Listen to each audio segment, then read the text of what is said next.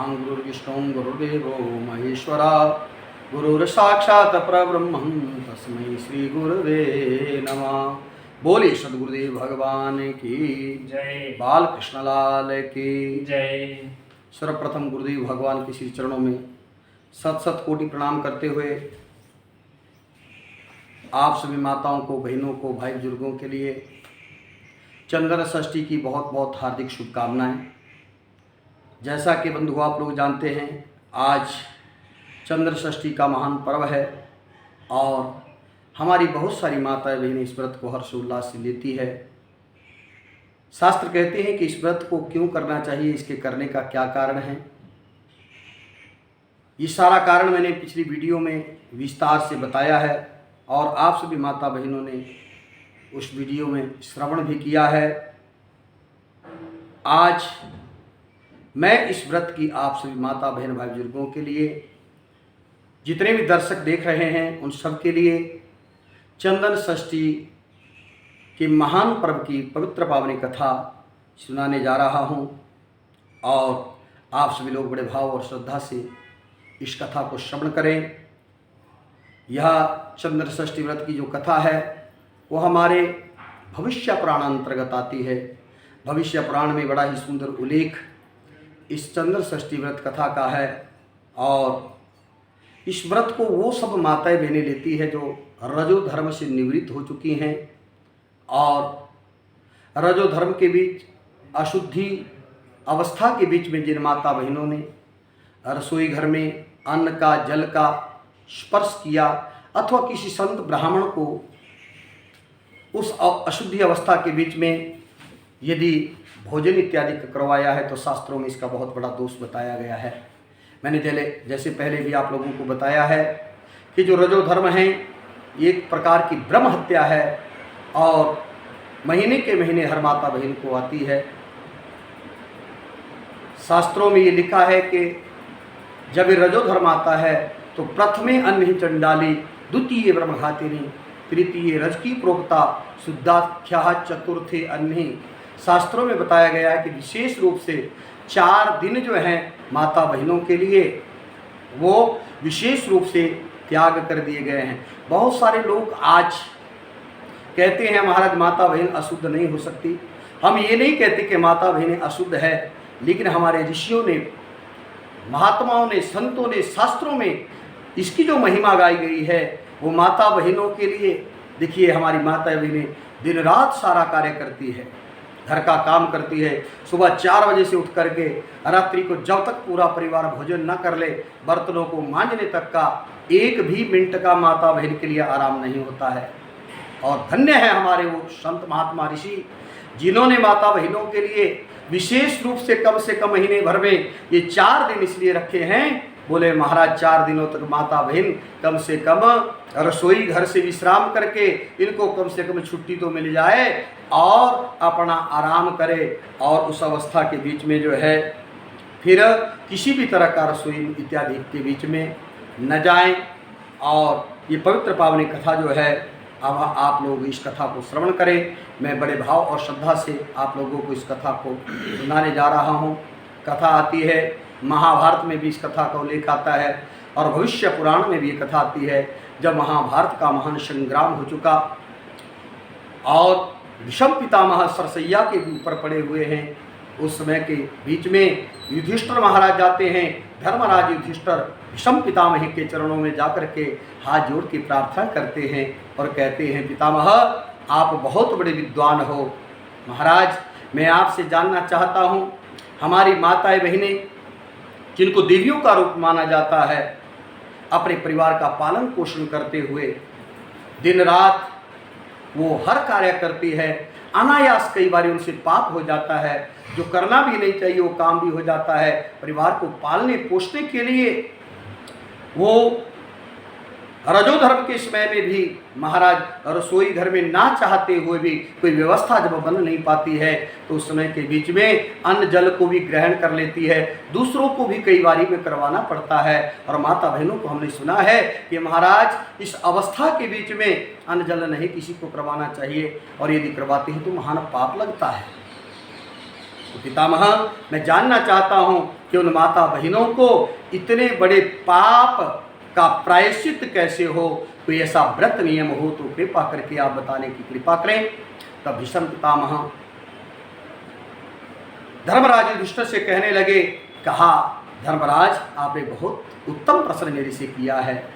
अरे धन्य है वो माता बहनें जिनसे सृष्टि का सृजन होता है और शक्ति स्वरूपा माता बहनें अपने लिए नहीं जीती है बल्कि परिवार के लिए, समाज के लिए, अपने बच्चों के लिए, अपने पति के लिए और पूरे समाज के लिए हर समय दिन रात 24 घंटे कार्य करती है। और ना चाहते हुए भी उनसे ऐसा दुष्कृत्य अशुद्ध अवस्था में कोई कार्य हो जाए तो महाराज आपने बड़ा उत्तम प्रश्न पूछा कि उससे फिर उनको निजात कैसे मिलेगी। तब भीष्म पितामह ने कहा, बोले हे धर्मराज युधिष्ठिर, यही प्रश्न एक समय के बीच में भगवती महामाया माता पार्वती ने देवादिदेव महादेव भोले बाबा से इस प्रश्न को किया था। और भोले बाबा ने मैया पार्वती के लिए इस प्रश्न के उत्तर में जो बताया उस कथा को और उस व्रत को आप भी ध्यानपूर्वक से श्रवण करो।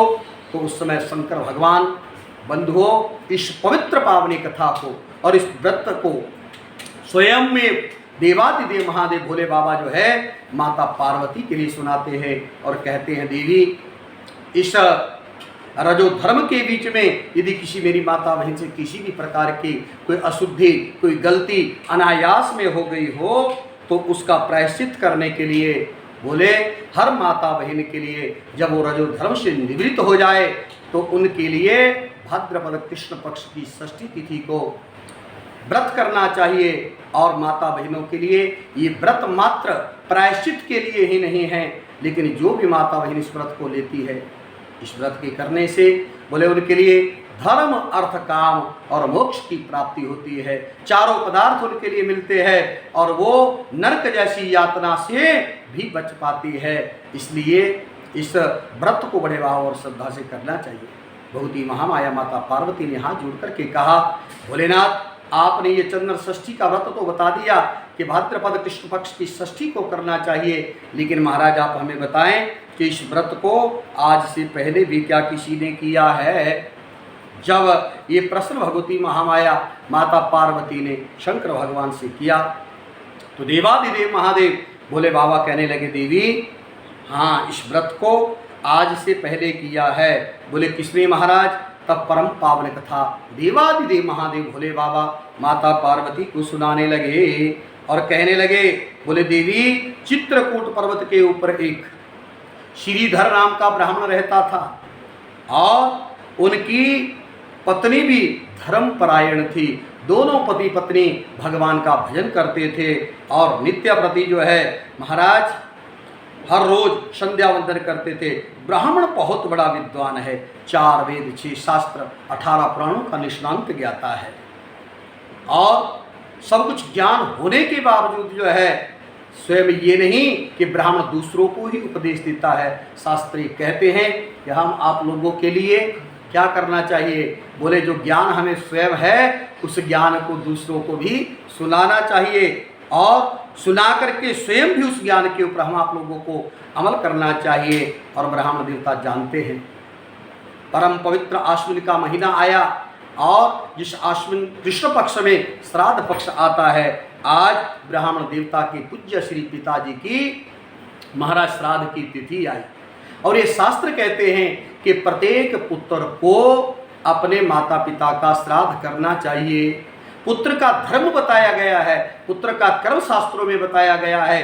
जीवितो वाक्यक्रणात् मृता हि भूरि भोजनम गयायाम पिंडपातना त्रिभी पुत्रस्य पुत्रताम। बोलो सच्चिदानंद भगवान की जय। बोले पुत्र के 3 धर्म बताए हैं। बोले पुत्र किसे कहते हैं? सबसे पहले तो हम आप लोग ये जाने, पुन्नाम नरकाद्यस्मात् तारयते पितरा पुत्र इति प्रोक्ता। जो अपने माता पिता को घोर नरक से तार दे उसको पुत्र कहते हैं। और पुत्र का कर्तव्य क्या है? बोले जब तक माता पिता जीवित है तो उनकी आज्ञा का पालन करे, उनके कहने के ऊपर रहे। अमृता ही भूरि भोजनम, जब माता पिता इस लोक का परित्याग कर देते हैं महाराज तो उनका श्राद्ध क्रिया कर्म इत्यादि करें। और तीसरा कार्य बताया गयायाम पिंडपात। गया जी में जाकर के प्रत्येक पुत्र का एक कर्तव्य है कि एक बार गया में जाके अपने पितरों का श्राद्ध करना चाहिए। आज श्रीधर ब्राह्मण ने अपनी धर्म पत्नी से कहा, देवी आज श्राद्धों का पक्ष आया है और मेरे पूज्य श्री पिता जिनके कृपा आशीर्वाद से मुझे ये शरीर मिला है, और शास्त्र कहते हैं कि पिता की आत्मा ही पुत्र के रूप में परिणित होती है। आज मेरे पिताजी का श्राद्ध है और मैं हर जगह आप सभी से भी निवेदन करता हूं कि बंधुओं, हम आप लोगों को भी अपने माता पिता का श्राद्ध जीते जी आज्ञा का पालन करो, और जब वो चले जाए तो क्रियाक्रम पिंडदान करने के बाद माता पिता का श्राद्ध जरूर करना चाहिए।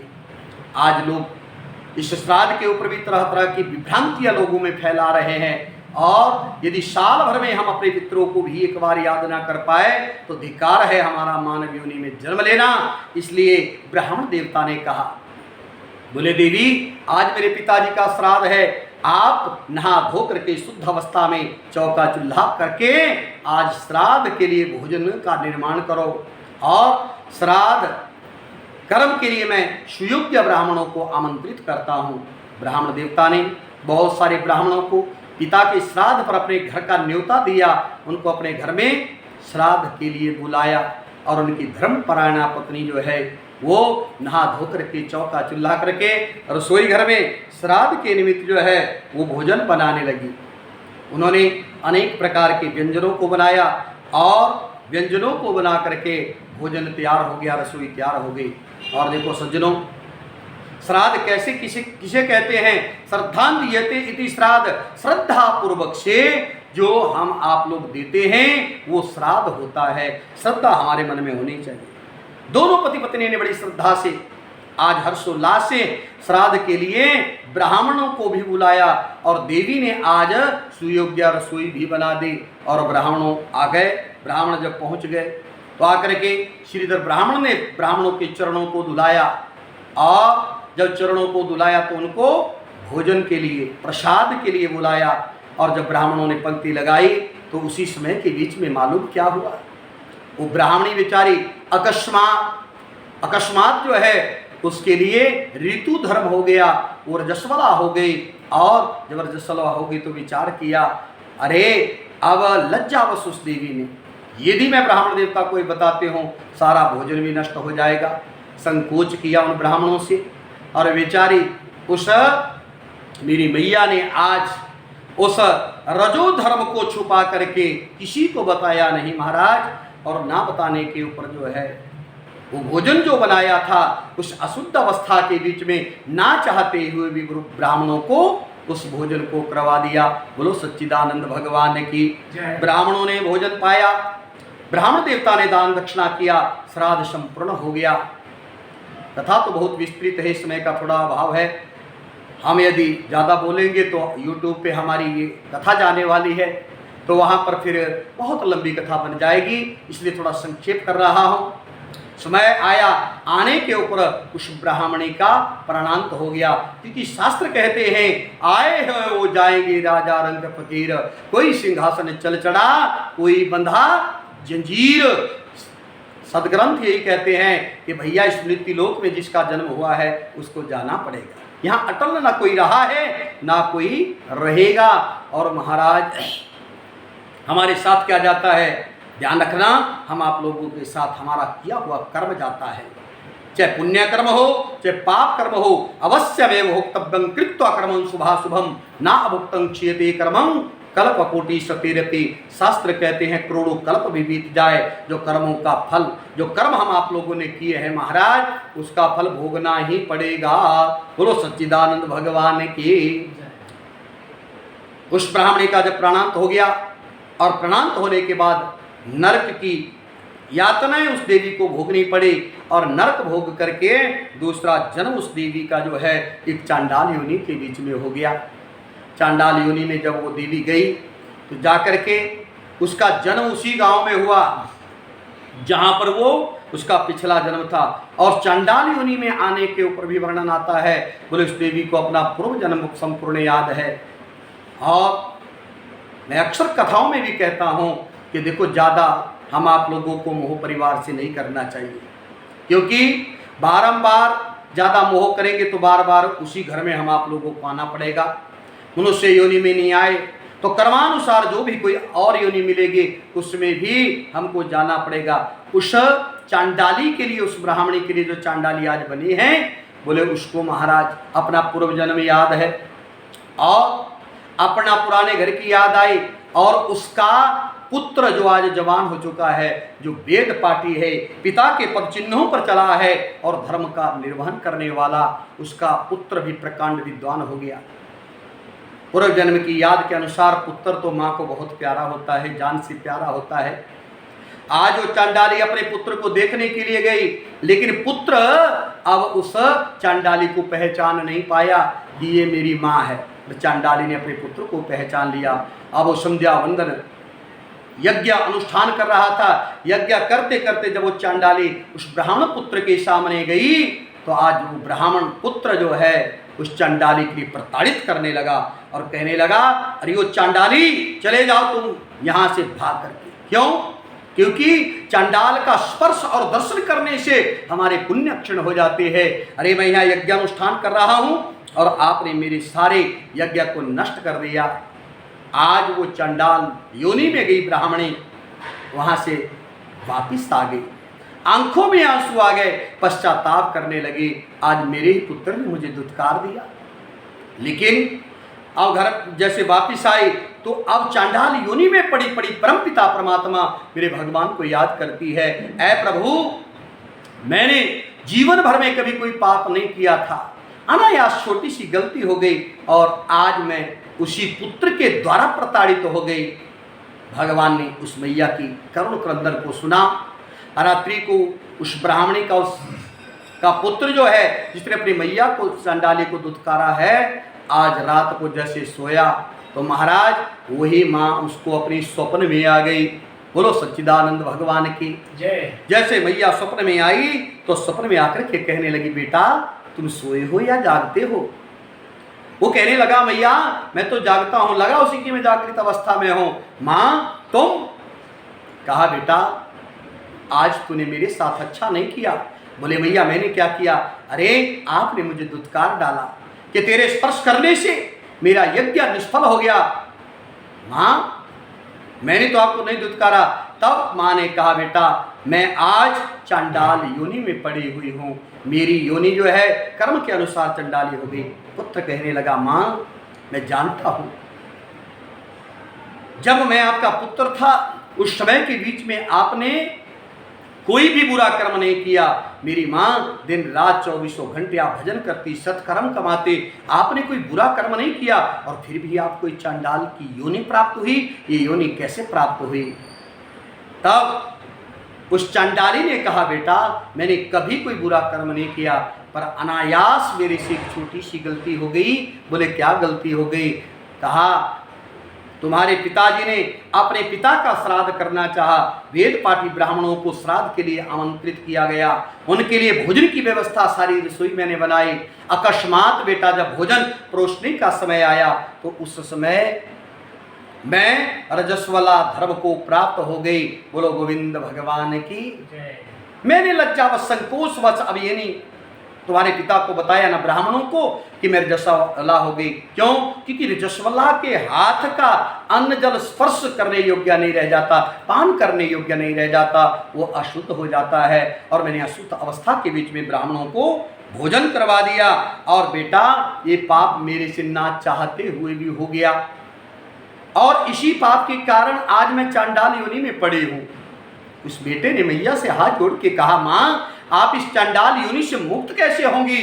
मैया ने कहा, बेटा तू मेरा पुत्र है, यदि आप चाहो तो आप मुझे चांडाल योनि से मुक्त कर सकते हो। माँ फिर उपाय आप बताओ मुझे, क्या उपाय मुझे करना होगा? तब उस मैया ने अपने बेटे को स्वप्न में ही यह सारा हाल बताया और कहा, बेटा अब भाद्रपद महीना आने वाला है, भाद्रपद महीने की जो षष्ठी तिथि है उसको चंदन षष्ठी कहते हैं। बेटा आप विधि पूर्वक देश काल के अनुसार आप चंदन षष्ठी का व्रत करना उसका उद्यापन करना और वेद पाठी ब्राह्मणों को बुला करके अपने घर में यज्ञ करके दान पुण्य सैया दान पद दान इत्यादि करके सूर्य नारायण भगवान की जो विशेष रूप से पूजा चंद्र षष्ठी में होती है उसको करवा करके जब यज्ञ पूर्ण हो जाए तो अंत में हाथ पर जल लेकर के संकल्प करना कि जो भी मैंने ये आज यज्ञ किया है चंद्र षष्ठी का व्रत किया है इसका संपूर्ण पुण्य मैं अपनी मैया के लिए दान करता हूं। और बेटा यदि आप मेरे निमित्त चंद्र षष्ठी का व्रत करोगे तो अवश्य मैं इस चांडाल योनि से मुक्त हो जाऊंगी। देवादिदेव महादेव भोले बाबा माँ पार्वती से कहने लगे, देवी आज जब वो प्रातः काल ब्राह्मण देवता उठ करके उसने उस स्वप्न को जान करके विद्वान ब्राह्मणों से विचार विमर्श किया, आज रात्रि को मुझे ये स्वप्न हुआ और सच में ही महाराज चांडाली कल मेरे सामने आई थी। तो उन ब्राह्मणों ने कहा, अरे स्वप्न मिथ्या मत समझना, ये स्वप्न सत्य है। जैसा तुम्हारी माँ ने कहा है, एक पुत्र का धर्म है कि वो अवश्यमेव माँ की बात को माने। बेटा आप अपनी माँ के लिए चंदन षष्ठी का व्रतोद्यापन करो। और बंधुओं आज उस ब्राह्मण देवता ने अपनी मैया के निमित्त अपनी माँ को चांडाल योनि से छुड़ाने के लिए आज उस चंदन षष्ठी के व्रत को किया, उसके उद्यापन को किया, ब्राह्मणों को बुलाया और जब संपूर्ण यज्ञ हो गया हाथ में जल लेके संकल्प किया, जो भी यज्ञ मैंने किया है चंद्र षष्ठी का व्रत किया है, इस व्रत का संपूर्ण पुण्य मैं अपनी मैया को देना चाहता हूँ। और जैसे ही उसका फल चंद्र षष्ठी व्रत का महाराज उन्होंने अपनी माँ के लिए दिया तो आज वो चांडाल योनि से मैया मुक्त होकर के भगवान के धाम को चली गई। बोलो सच्चिदानंद भगवान की। शंकर भगवान माता पार्वती से कहते हैं, देवी ये बहुत ही परम पावन माता बहनों के लिए व्रतों में सबसे सर्वश्रेष्ठ यदि कोई व्रत है तो वो चंद्र षष्ठी का व्रत है। मेरी प्रत्येक माता बहन को इस व्रत को अवश्य में लेना चाहिए। इसके करने से धर्म अर्थ काम मोक्ष की प्राप्ति तो होती है, हर प्रकार की मनोकामना कोई व्रत पूर्ण करने वाला है। घर में जो है सुख समृद्धि होती है। और देवी जो इस व्रत की कथा को कहता है, सुनता है, सुनाता है, करता है, करवाता है, उस जीवात्मा को सैकड़ों गौओं के दान के बराबर का पुण्य प्राप्त होता है और इस लोक में अनेक प्रकार के सुख वो भोगता है और अंत में भगवान के गोलोक धाम को चला जाता है। तो ये पवित्र पावनी कथा भविष्य पुराणांतर्गत बंधु जो आई है उसको मैंने सरल भाषा में आपको सुनाने का प्रयत्न किया है और मुझे आशा है, विश्वास है आप लोगों को ये कथा समझ में आई होगी। और आप सभी लोग सभी माताएं बहनें जो है अवश्य में अपने महाराज इस प्रायश्चित को करने के लिए जब रजो धर्म से निवृत्त हो जाएं तो हर एक माता बहन को इस परम पावन व्रत को करना चाहिए। और व्रत को करने के साथ फिर अनेक प्रकार के प्रायश्चित हम आप लोगों के हो जाते हैं। तो मैं ज़्यादा कुछ ना कहते हुए आप सभी से मेरा यही निवेदन है कि इसी प्रकार की भगवान की कथाएं, भागवत की कथाएं और रामायण कथाएं हमारे YouTube चैनल के ऊपर समय समय के ऊपर हम कथाओं को अपलोड करते आ रहे हैं। मेरा सभी से निवेदन है ज़्यादा से ज़्यादा संख्या में जो है आप लोग हमारे YouTube चैनल को सब्सक्राइब भी करें। व्रत त्यौहार तिथियों के कोई संस्यात्मक की किसी भी प्रकार का कोई व्रत त्यौहार आता है, किसी भी प्रकार की जानकारी जो हमें लगती है हम अपने YouTube चैनल पर डालते हैं और आपको वो समय समय अनुसार मिलती भी रहेगी। और भागवत की कथा या किसी भी प्रकार का यज्ञ अनुष्ठान आप हमारे से करवाना चाहे तो डिस्क्रिप्शन में हमारा नंबर है, आप हमारे से संपर्क कर सकते हैं। मैं ज़्यादा कुछ ना कहते हुए आप सभी माताओं को, बहनों को, भाइयों को, बुजुर्गों के लिए बहुत बहुत आशीर्वाद प्रदान करता हूँ। मेरे परम पिता परमात्मा देवादिदेव महादेव भोले बाबा आप सभी की कामनाओं को पूर्ण करे और समस्त पापों का खंडन करे। सभी मेरी माता बहनों के लिए चंद्र षष्ठी की बहुत बहुत हार्दिक शुभकामनाएं। भगवान करे सभी के घर में अन्न हो, धन हो, दूध हो, पुत्र हो और आप सबों की मनोकामना पूर्ण करे मेरे भगवान। बोलिए शंकर भगवान की जय, महादेव की जय। हर हर महादेव, हर हर महादेव, हर हर महादेव। ओम शांति शांति शांति।